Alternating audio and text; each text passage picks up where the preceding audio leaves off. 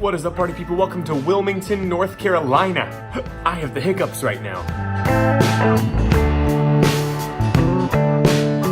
Wilmington is a charming little city that gives me heavy Seattle, Portland vibes, but on the East Coast. There are tons of local restaurants and cafes and shops for you to explore. Had we spent more time here, I would have bought so much stuff.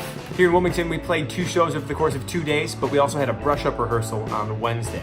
If you've never been on a tour before, every once in a while you're gonna do some brush-up rehearsals just to make sure that the integrity of the show is still there. So our fabulous choreographer, Janet, came out and did a brush-up rehearsal with us and made sure that everything was in tip-top of shape. Here in Wilmington, we play the Wilson Performing Arts Center at Cape Fear Community College.